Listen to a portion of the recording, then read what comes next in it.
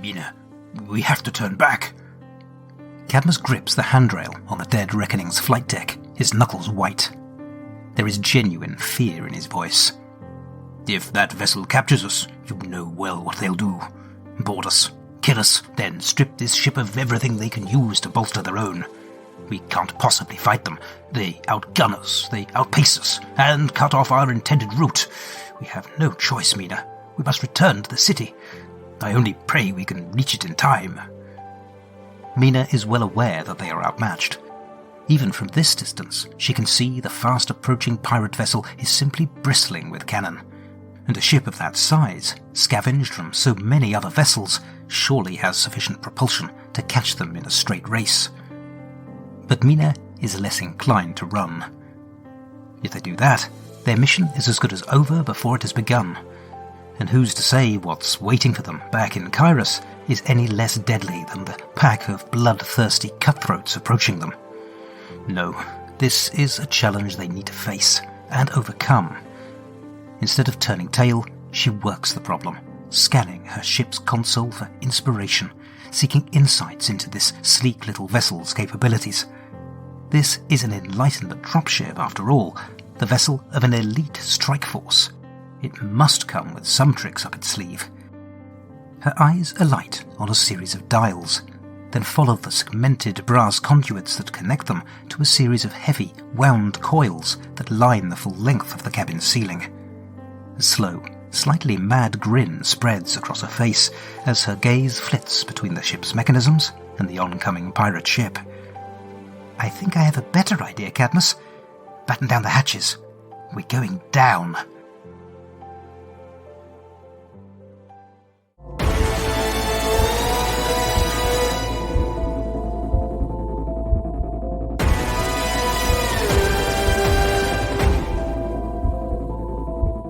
Hello and welcome to The Lone Adventurer, an actual play solo RPG podcast with me, Carl White.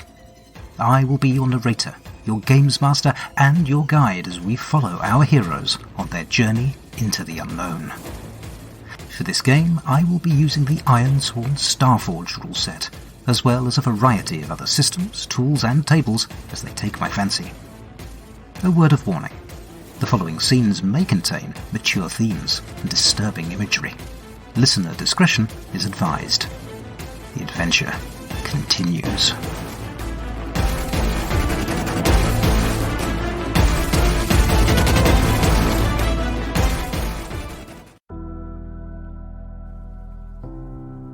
Last time on The Lone Adventurer, Mina escaped the destruction of the Opera House. Though the web were left for dead, Mina was able to capture an Enlightenment skyship, the Dead Reckoning, and use it to flee the city with Cadmus and Barbican. Her goal now is to cross the Void Sea to reach the continent of Conflict, where she knows a skyship fleet is being amassed that is bent on the utter destruction of the League of Free States. This journey is perilous in the extreme, not least because Mina has chosen to travel the open void. She is risking flying over the poisonous, acidic clouds that spread unending below them, rather than rely on the safety the world chains represent.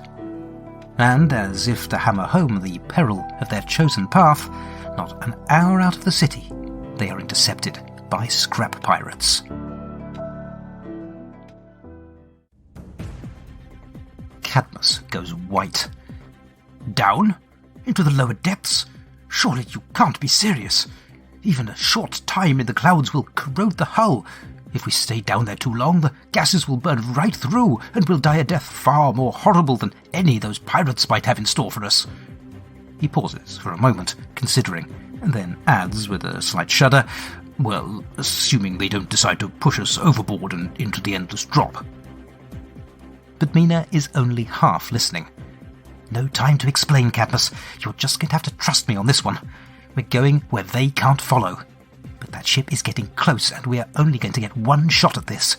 Get the hatches secure quickly, or this is going to be a really short trip. She works the console, hands flying over levers and dials, her brow creased with concentration. I'm pretty sure this is right, she mutters to herself, thankfully too quietly for Cadmus to overhear. Come on, please be right. She cranks up a large dial to its maximum setting, then drops into the pilot's seat, shaking hands gripping the navigation controls. "Okay, hold on, you two. This might get..." Whatever she'd been about to say is lost as the ship suddenly drops like a stone, accelerating downwards far faster than it has any right to. Mina feels herself lifting out of her seat and wishes belatedly she'd thought to strap in. From the sound of the horrified wail behind her, Cadmus isn't faring much better. Still, she maintains the sharp dive, the cloud layer hurtling up to greet them. She glances over at the display dials and her heart sinks. Though the coils are powering up, they are still not activated. She glances back and forth between the display, the approaching pirate ship, and the onrushing clouds. This is going to be awfully tight. Puffs of arcanic smoke erupt from the surface of the pirate vessel as they finally enter weapons range and open up with their full battery of arcane cannon. Bolts of crackling arcanicity streak towards the dead reckoning. "Almost there," Mina whispers as the needle creeps inexorably closer to the red. "Almost there." Trying to evade the incoming fire, she yanks hard to larboard, sending the diving ship into an arcing barrel roll and leaving its occupants clinging on for dear life. Then they hit the clouds. All visibility is immediately reduced to zero, and in that same instant, the whole ship seems to shudder and thrum with sudden power. The coils lining the cabin ceiling light up, green energy crackling over them, and Mina punches the air in triumph. "Yes!" she cries, battling to stabilize the ship. She turns back to Cadmus in relief, sagging back in her chair. "The arcanic shields work! We made it!" Cadmus, battered and bruised from being tossed around the cabin, stares back at her, too incredulous to speak. His expression, though, speaks volumes.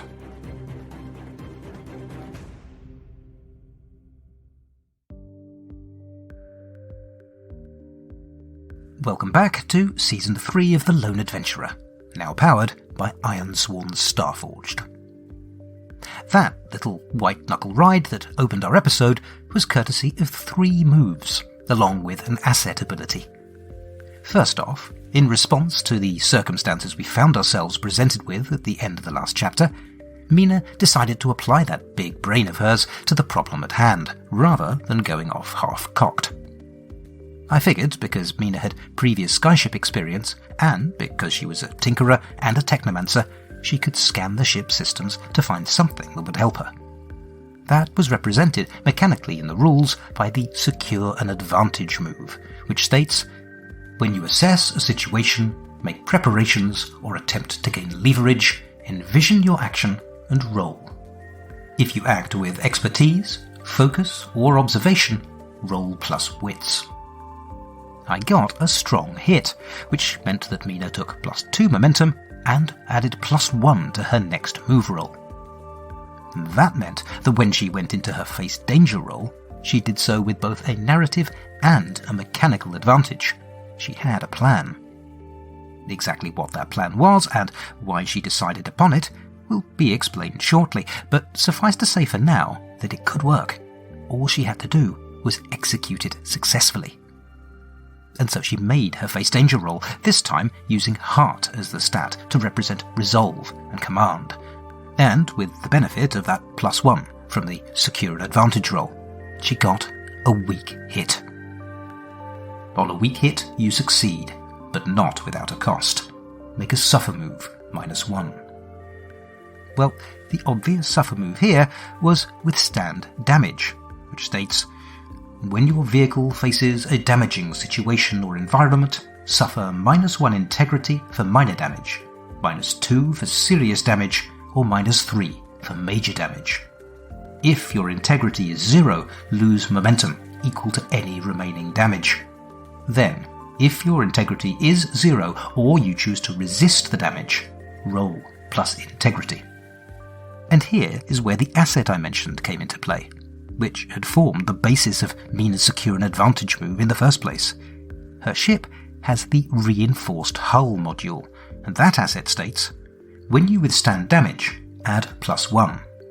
On a strong hit, take +1 momentum. And Lo and behold, I chose to resist and rolled a strong hit on my withstand damage roll. Here's what the move says for that result. On a strong hit, choose 1. Bypass. If your vehicle is not battered, take +1 integrity. Or ride it out. Take +1 momentum.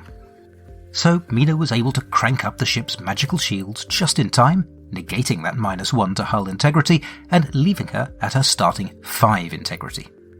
And in addition to that, thanks to the asset, I got +1 momentum into the bargain. The ship and the crew were safe. For now, at least. Let's see how that works out for them. I spotted it when the ship smashed through the Opera House roof, Mina is explaining, flushed with excitement at their narrow escape. The sudden flash of green light when they burst through, magical shielding, you see. And if those shields were powerful enough to withstand the impact of smashing through a building, well, I calculated they'd be more than strong enough to protect us from the corrosive effects of the gases down here. The pirate ship, on the other hand, well, you just had to look at it to see that something cobbled together from a dozen ships had no chance of surviving within the cloud layer. They might be big, and they might be fast and well-armed, but there's no structural integrity there. Any ship built like that is bound to be leaky as a sieve. I'm betting they'd be coughing their lungs up after 30 seconds down here. She pats the console fondly. She may be small, but she's got it where it counts. This is one tough little ship. I do wonder, though, what was a pirate ship doing so close to Kyra's airspace? Could they have wind of the troubles in the city, do you think? She takes a breath, looks up, and the look on Cadmus's face cuts her short. She can't remember having ever seen a Devotant look angry. She opens her mouth again to speak, but this time no words come out. Mina, I told you I was with you on this. Whatever your path, I would share it. And I will. But I would appreciate just a little more discussion before you make such life and death decisions, particularly decisions about my life and death. He sighs. Though in truth I'm not sure discussion, either of our mission or that terrifying escape, would have altered the outcome at all. I understand, Cadmus, really I do, but I'm not sure I'll be able to do what you ask. At least, not when we need to move fast. Out here, out on the void sea, the rules are different. A moment's hesitation could be the difference between that life or death. Ships have a captain for a good reason. When the fast or difficult choices need to be made, it has to be down to one person to make them, and everyone else to act. And I can't promise that we won't find ourselves in that situation again. The two discuss their changed circumstances, gradually feeling their way towards some new equilibrium as the Dead Reckoning continues a stealth run within the clouds. The instruments give Mina a reasonable idea of their heading, but the deeper they descend, the less reliable the instruments become, and they dare not surface too soon for fear of being spotted again by their pursuer. It is several hours later that Mina eventually risks breaking cover, and only then because she is growing increasingly concerned at the impact sustained shield generation is having on power levels. Thankfully, there is no sign of the scavengers. Well, that's something, I suppose, Mina says, though she doesn't look happy. A problem, Mina? Cadmus asks, picking up on her mood. Mina sighs. As the thrill of escape has worn off, the realities of their situation have begun to sink in. I've searched the ship, Cadmus, and unsurprisingly for a ship deployed on a city mission, we have no charts. Nothing to help us set and track our course. I'm going on little more than guesswork at the moment, and way out here, that's as likely as anything else is to get us killed. The downside of acting quickly was that we were able to grab this ship and get out of the city. The downside is that we're not equipped to undertake this sort of journey, and the charts are only part of it. We have no supplies of food or water aboard. I should have thought it through, but in the heat of the moment... It is perhaps 6 hours later that a circular sending stone embedded in the brass plating of the console begins to pulse a deep red. I'm guessing that signifies nothing good, Cadmus comments. A transmission? Out here in remote void? Mina wonders. What sort of transmission? Cadmus asks. Only one way to find out, Mina replies, leaning over to activate the stone. A distorted, distant voice echoes through the cabin. SOS! SOS! SOS! This is Captain Carruthers of the DSS Rubicon.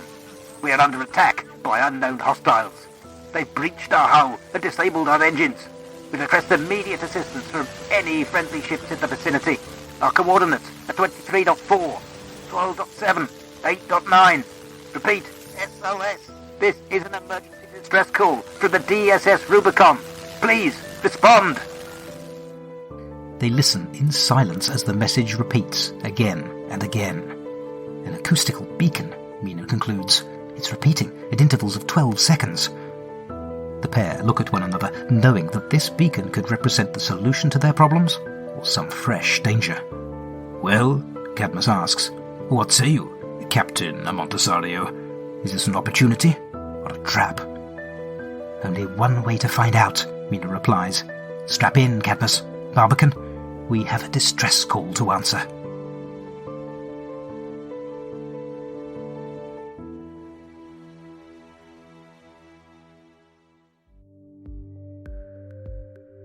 Okay, I apologise.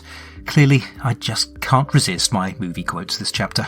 I think I'm up to 3 Star Wars ones already, and that Alien one, of course. At least I resisted the temptation earlier to have Mina say, "Don't call me Shirley." I'll just get them out of my system this chapter, and then we can press on. Honest. This last scene was all about one move, mechanically speaking.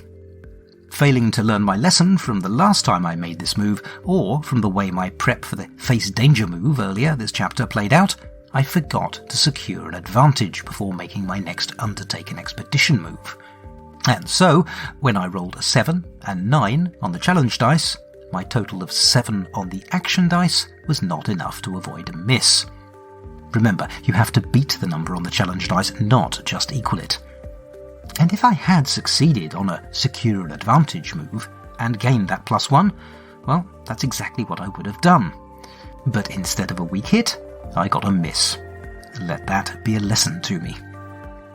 As we saw the last time I tried this move and failed, on a miss, you are waylaid by a crisis, or arrive at a waypoint to confront an immediate hardship or threat. Do not mark progress, and pay the price. Well, the last time we were waylaid by a crisis, and so this time I elected to arrive at a waypoint. Waypoints in Starforged are simply points along your route where you have the opportunity to pause, rest, explore, or move on if you wish. I consulted the Oracle to determine the nature of this waypoint, and the prompt interestingly lonely brought to mind the image of a derelict ship. Some more rolls on the Starforged Derelict Oracle gave me a ship name, condition, and detail, specifically that distress call. There were some more Oracle details that came up, but we'll get to those in the next scene. Anyway, the creation of that waypoint then led me to ask myself, why would Mina be put in a difficult or threatening situation because of this location? The idea that she was forced by the circumstances of limited resources to have to go and investigate a potentially hazardous site seemed to fit the bill, and so the conditions of my miss were fulfilled. Back into danger we go. Before we find out what awaits our team on the stricken Rubicon, another comment on AI as a writing aid. I've been playing with the Bing AI some more, and although there are some things that I've thrown at it that it just really can't handle, I've had a bit more success with more straightforward prompts. For example, here's a prompt I wrote that gave me some useful content. Genre, Magitech, Sci-Fi, Fantasy. Write me a distress call from the skyship DSS Rubicon. The content it provided was actually pretty good, only requiring a tiny bit of reworking to be able to drop into my narrative. I think that based on this, I'll keep experimenting with the tool as something for GM-side content.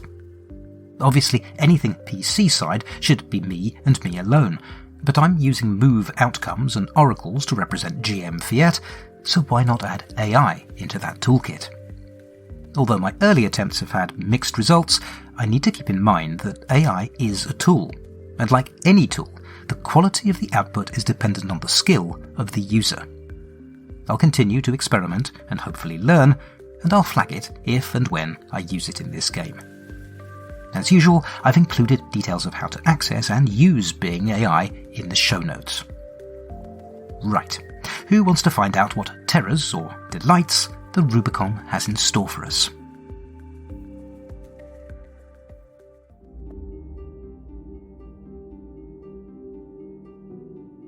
It doesn't take long to home in on the stranded ship's signal, and at face value, it does appear that the distress call has been a genuine one. The vessel, some sort of heavy freighter or transport ship, appears to be heavily damaged, with parts of the hull missing completely.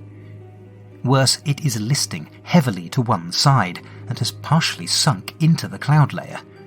Only the upper third of the vessel remains fully clear of the dense, eerily shifting sea of fog. Though the distress call continues to play over the ship's sending stone, there is no sign of activity from this distance. It could still be a trap, Cadmus suggests.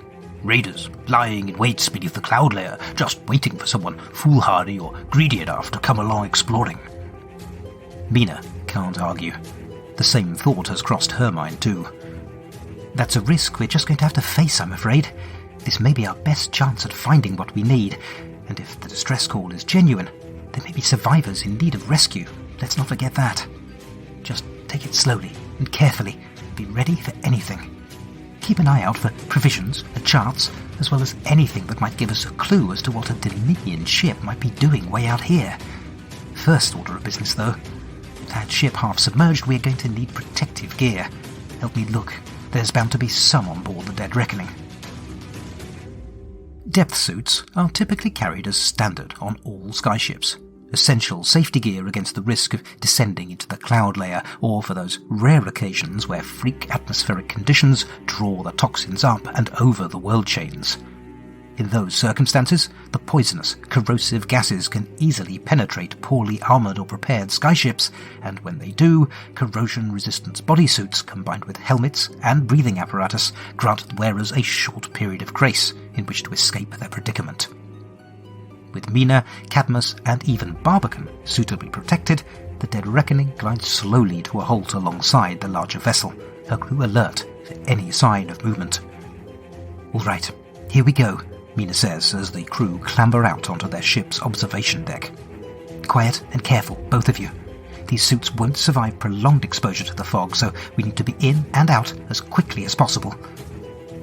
The Rubicon proves to be a tomb, silent and still. Those few crew members that survived the battle have long since succumbed to the caustic gases of the void sea. The search of the derelict soon turns up a healthy stockpile of food and water, well sealed and unspoiled, as well as navigational charts in protective scroll tubes. But the Rubicon holds far greater secrets than that. It quickly proves apparent that this was no simple freighter, although it has been disguised to look like one. As they descend into the bowels of the ship, the truth dawns. The entire lower deck has been blown out by a powerful explosion, but there are sufficient twisted remains of bayed oars for them to realize the truth. This ship was a heavy bomber. That's not all. "Cadmus, look at these blast marks," Mina says, running a hand over scorched and shattered floatwood beams. "This ship wasn't attacked, at least not by another vessel. This damage came from within. Remember what the distress call said? We're under attack by unknown hostiles. They've breached our hull and disabled our engines." Well, they weren't talking about an external attacker, but an internal one. Cadmus simply beckons Mina in response. He stands aside to reveal something daubed on the wall, 3 letters within a circle. The letters LFS, the League of Free States.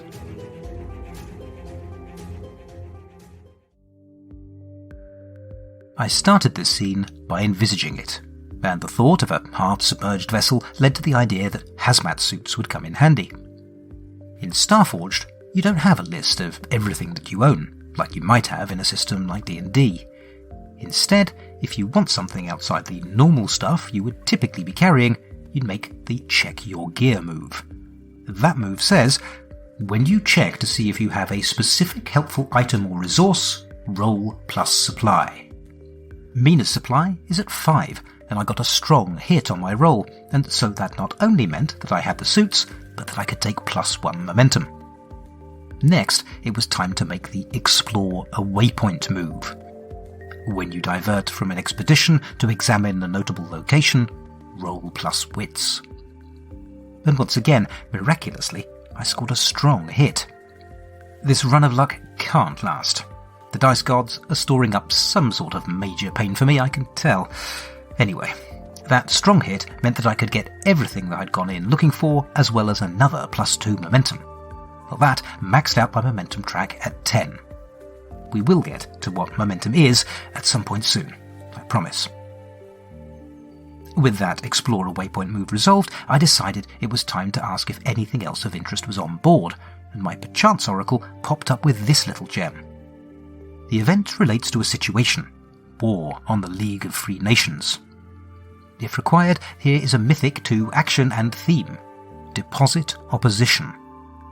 And here is a mythic to descriptor and focus: loyally modern.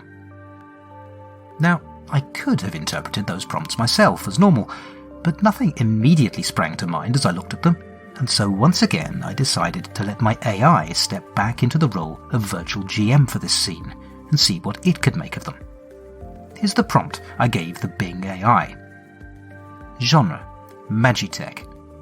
Interpret these prompts in the context of an intrigue-heavy adventure in which a derelict skyship, the Rubicon, has been discovered drifting and empty in the void sea. Deposit opposition, loyally modern. The answer has something to do with the war on the League of Free States. And here, verbatim, is what Bing AI came back with. Deposit opposition. The Rubicon was once a secret weapon of the Empire, capable of depositing powerful bombs on enemy cities from high above.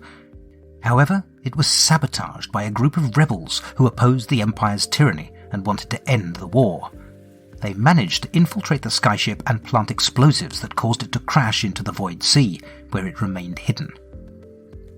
Loyally modern. The League of Free States is a coalition of former colonies that broke away from the Empire and formed their own independent nations. They are loyal to each other and share a common vision of progress and innovation.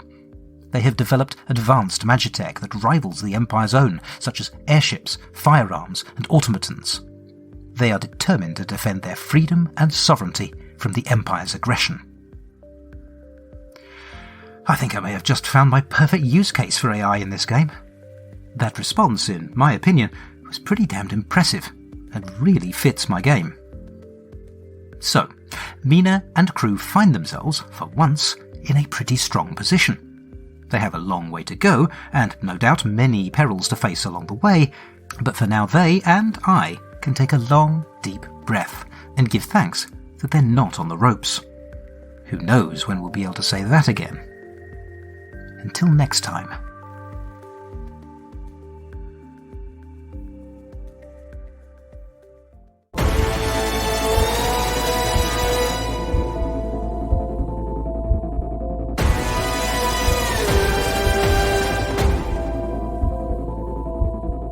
You have been listening to The Lone Adventurer, a solo RPG podcast played, written, and performed by me, Carl White. If you've enjoyed this episode, please consider telling your friends about it or leaving a 5-star review wherever you get your podcasts. It really is a huge help. You can find me on Twitter at TheLoneADV. You can email me at theloneadv@gmail.com or follow my blog at carlillustration.wordpress.com. You can find show notes for this episode and all the others at theloneadventurer.podbean.com, where I include any links mentioned in the episode as well as mechanics information. I also include a link to a full episode transcript. The story will continue in the next episode of The Lone Adventurer. Thank you for listening.